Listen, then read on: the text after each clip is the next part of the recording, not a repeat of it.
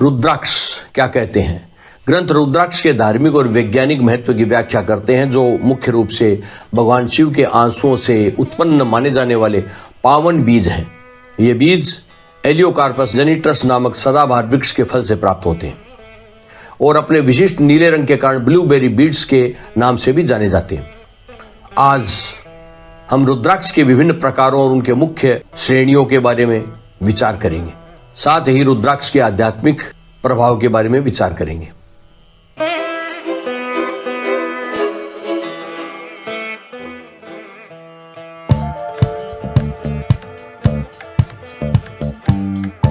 Astro park के astrology the real astro channel में आपका स्वागत है।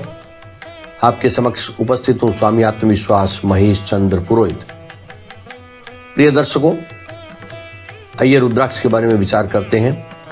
हिंदू और बौद्ध धर्म में इन बीजों का उपयोग प्रार्थना माला के रूप में मंत्रों के जाप और शारीरिक व मानसिक रक्षा के लिए किया जाता है। विशेष रूप से एक मुखी रुद्राक्ष को सबसे दुर्लभ और शक्तिशाली माना गया है, जो धारण करने वाले को आध्यात्मिक उन्नति और शांति प्रदान करता है। कुल मिलाकर यह जानकारी रुद्राक्ष की उत्पत्ति, बनावट और सांस्कृतिक उपयोगिता पर एक व्यापक दृष्टिकोण आपको प्रदान करेगी। रुद्राक्ष का सांस्कृतिक मूल्यांकन के अंदर हम इसके मुखी प्रणाली पर बात करते हैं। एलियोकार्पस जेनिट्रस के इन बीजों को केवल धार्मिक सामग्री के रूप में नहीं, बल्कि एक उच्च मूल्य वाली सांस्कृतिक धरोहर के रूप में भी और आध्यात्मिक संपत्ति के रूप में भी वर्गीकृत किया गया है, जिसका मूल्य इसकी दुर्लभता, मुखी प्रणाली और जैविक विशिष्टता द्वारा निर्धारित होता है। इसकी व्युत्पत्ति और आध्यात्मिक आधार क्या है?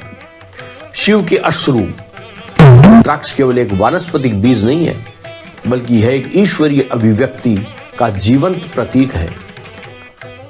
इसकी महत्ता का मूल इसकी व्युत्पत्ति में निहित है, जो इसे सीधे महादेव की चेतना से जोड़ते हैं। संस्कृत व्याकरण के अनुसार रुद्राक्ष एक यौगिक शब्द है, जो रुद्र अर्थात भगवान शिव और अक्ष अर्थात आंख के मेल से बना होता है। एक और मत के अनुसार अक्ष का अर्थ रुद्र की आंख या उनके करुणापूर्ण अश्रु है। शैव परंपरा में यह मान्यता है कि ब्रह्मांड के कल्याण हेतु शिव के नेत्रों से गिरे अश्रु ही रुद्राक्ष के रूप में प्रकट हुए हैं। यह भाषाई आधार इसे मात्र एक आभूषण से ऊपर उठाकर एक आध्यात्मिक सुरक्षा कवच और मंत्र साधना जैसे ओम नमः शिवाय के एक अनिवार्य उपकरण के रूप में स्थापित करता है। इसी भाषाई और आध्यात्मिक आधार को समझने के उपरांत इसकी भौतिक और वानस्पतिक विशिष्टताओं का विश्लेषण प्रासंगिक हो जाता है। तो क्या है वानस्पतिक और भौतिक गुण, इस पर बात करेंगे। वैज्ञानिक दृष्टिकोण से रुद्राक्ष एलियोकार्पस जेनिट्रस नामक सदाबहार वृक्ष का बीज है। यह वृक्ष हिमालय की तलहटी से लेकर दक्षिण पूर्व एशिया तक पाया जाता है। सांस्कृतिक नृवंश विज्ञान अर्थात एथनोबोटनी में इन फलों को इनके दिव्य गुणों के कारण यानी अमृत का फल भी कहा जाता है। इसकी भौतिक और जैविक विशेषताएं क्या है? वृक्ष की संरचना क्या है? तो इसका जो वृक्ष होता है वो 60 से 80 फीट की ऊंचाई तक पहुंचता है। इसकी जड़ें बट्रेस अर्थात सहारा देने वाली संरचना की होती है, जो तने के पास से ऊपर उठकर जमीन पर फैल जाती है, जो इसकी प्राचीनता और दृढ़ता का प्रतीक है। इसका संरचनात्मक वर्णक्रम क्या होता है? पकने पर रुद्राक्ष का फल गहरे नीले रंग का आभास देता है, जिसे ब्लूबेरी बीड्स कहा जाता है। विशेषज्ञ ध्यान दें कि यह नीला रंग किसी रासायनिक पिगमेंट के कारण नहीं, बल्कि फल की कोशिका संरचना द्वारा प्रकाश के परावर्तन के कारण उत्पन्न होता है। इसका जो फल उत्पादन है उसको देखते हैं कि अंकुरण के 3-4 वर्षों के भीतर वृक्ष फल देना प्रारंभ कर देता है, जिससे प्रति वर्ष औसतन 1000 से 2000 बीज प्राप्त होते हैं। इन भौतिक गुणों और जटिल रासायनिक संरचनाओं के आधार पर ही रुद्राक्ष का वर्गीकरण मुखी प्रणाली के माध्यम से किया जाता है। जो इसके आध्यात्मिक संरेखण को निर्धारित करती है। मुखी वर्गीकरण और क्षेत्रीय विविधता का मूल्यांकन हम करते हैं तो रुद्राक्ष की मुखी प्रणाली अर्थात जिसकी सतह पर जो रेखाएं बनी हुई होती है, इसे एक विशिष्ट आध्यात्मिक संरेखण उपकरण बनाती है। विशेषज्ञों के अनुसार प्रत्येक मुख का संबंध एक विशिष्ट देवत्व और जीवन की अवस्था से है। आध्यात्मिक संरेखण क्या होता है कि दो मुखी रुद्राक्ष को गृहस्थ जीवन, विवाहित जोड़ों के लिए और 11 मुखी रुद्राक्ष को सन्यासियों अर्थात अध्यात्म के चरम मार्गियों जो अध्यात्म के मार्ग में यात्रा कर रहे हैं उनके लिए अनुशंसित किया गया है। 5 मुखी रुद्राक्ष सर्वाधिक सुलभ होता है और इसे हनुमान जी का स्वरूप भी माना जाता है। अब इसकी दुर्लभ वानस्पतिक विसंगतियां क्या है? व्यावसायिक और आध्यात्मिक दृष्टि से कुछ अत्यंत दुर्लभ प्रकार भी पाए जाते हैं। वो कौन से हैं? जैसे गौरी शंकर रुद्राक्ष, 2 प्राकृतिक रूप से जुड़े समान आकार के दाने। एक होता है गर्भ गौरी, 2 जुड़े हुए दाने जिनमें एक छोटा यानी गणेश और एक बड़ा गौरी होता है। गणेश क्या होता है? रुद्राक्ष प्राकृतिक रूप से सूंड जैसा उभार वाला दाना जिसको गणेश रुद्राक्ष कहते हैं।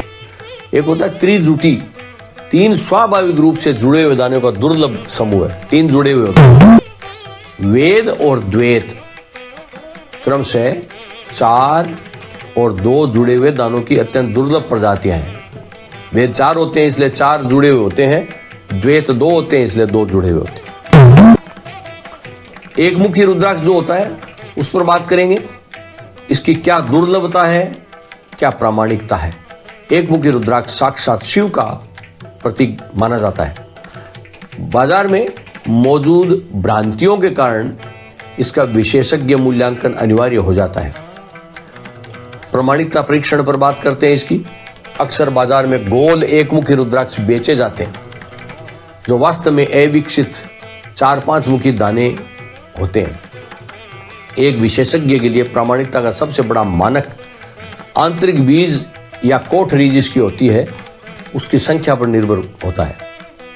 असली नेपाली एक मुखी रुद्राक्ष कभी भी पूरी तरह गोल नहीं होता है। यह स्वाभाविक रूप से काजू या आधे चांद के आकार का होता है। नेपाली किस्म में यह अंडाकार या मसूर के आकार में भी प्राप्त होता है। आध्यात्मिक प्रभाव विश्लेषण पर बात करेंगे तो इसका जो अधिपति है, इसका स्वामी वो सूर्य होता है और इसका बीज मंत्र ओम ह्रीम नमः यह होता है। इसका प्रभाव क्या होता है? यह विरक्ति और सांसारिक सुखों के बीच संतुलन बनाता है। इसे धारण करने से पापों का क्षय हो जाता है, एकाग्रता बढ़ती है और नकारात्मक शक्तियों से पूर्ण सुरक्षा प्राप्त होती है। एकल दानों के इस व्यक्तिगत महत्व को समझने के पश्चात उनकी सामूहिक शक्ति को माला के रूप में पिरोने के मानकों का विश्लेषण आवश्यक हो जाता है। तो माला संयोजन के मानक और 108 मनकों की माला का विज्ञान क्या है? रुद्राक्ष माला का निर्माण एक पवित्र गणितीय और आध्यात्मिक प्रक्रिया है। देवी भागवत पुराण को माला निर्माण का प्रामाणिक मानक माना जाता है। संख्या विज्ञान क्या है कि माला में 108, 54 या 27 दानों का संयोजन होता है। 108 की संख्या ब्रह्मांड की पूर्णता का प्रतीक है। एक दाना जो इसको सुमेरु, मेरु या गुरु दाना कहते हैं। 108 दानों के अतिरिक्त शीर्ष पर स्थित मुख्य दाना मेरु कहलाता है जो चक्र की पूर्णता का बिंदु है। साधना के दौरान, जप के दौरान इसे लांगा नहीं जाता, माला को घुमा लिया जाता है। अब इसको कैसे तैयार करते हैं? तो संयोजन हेतु रेशम या सूती धागे का उपयोग श्रेष्ठ माना गया है, जबकि समृद्ध निर्माण में तांबे, चांदी या स्वर्ण तारों का प्रयोग किया जाता है। दानों के मध्य तनाव का उचित संतुलन अनिवार्य होता है ताकि बीज क्षतिग्रस्त न हो। माला निर्माण की यह शास्त्रीय विधि न केवल एक कला है बल्कि यह मंत्र जाप के माध्यम से चेतना के विस्तार और आध्यात्मिक प्रगति का एक वैज्ञानिक साधन है। हम निष्कर्ष तौर पर कह सकते हैं कि सांस्कृतिक और व्यावसायिक मूल्य का संश्लेषण यह मूल्यांकन स्पष्ट करता है कि रुद्राक्ष का महत्व उसकी दुर्लभता, अद्वितीय रासायनिक संरचना और प्राचीन आध्यात्मिक संहिताओं के मेल में निहित है। इलियोकार्पस गैनिटरस के यह बीज न केवल भक्तों के लिए आस्था के केंद्र हैं, बल्कि अपनी वानस्पतिक विशिष्टता के कारण वैश्विक संग्राहकों के लिए एक अमूल्य सांस्कृतिक संपत्ति भी है। इसकी वैज्ञानिक संरचनात्मक रंगत और पारलौकिक शांति प्रदान करने की क्षमता इसे अद्वितीय बनाती है। इस प्रकार रुद्राक्ष मनुष्य और उस परम शक्ति के बीच की एक जीवंत कड़ी है। आगे हम और भी रुद्राक्ष के बारे में बात करेंगे। आज एक मुखी की चर्चा हमने की। आपको वीडियो अच्छा लगा हो तो वीडियो को लाइक करें, कमेंट भी कर दें, दूसरों के लिए शेयर भी करें। जिन्होंने चैनल को सब्सक्राइब नहीं किया है तो नए व्यक्ति जो जुड़े हैं, नए दर्शक जुड़े हैं, उनसे निवेदन है कि वो चैनल को सब्सक्राइब कर दें, घंटी के बटन को भी दबा दें ताकि आगे आने वाली वीडियो की सूचना आपको मिल सके। आज इतना ही, आज्ञा दें। नमस्कार।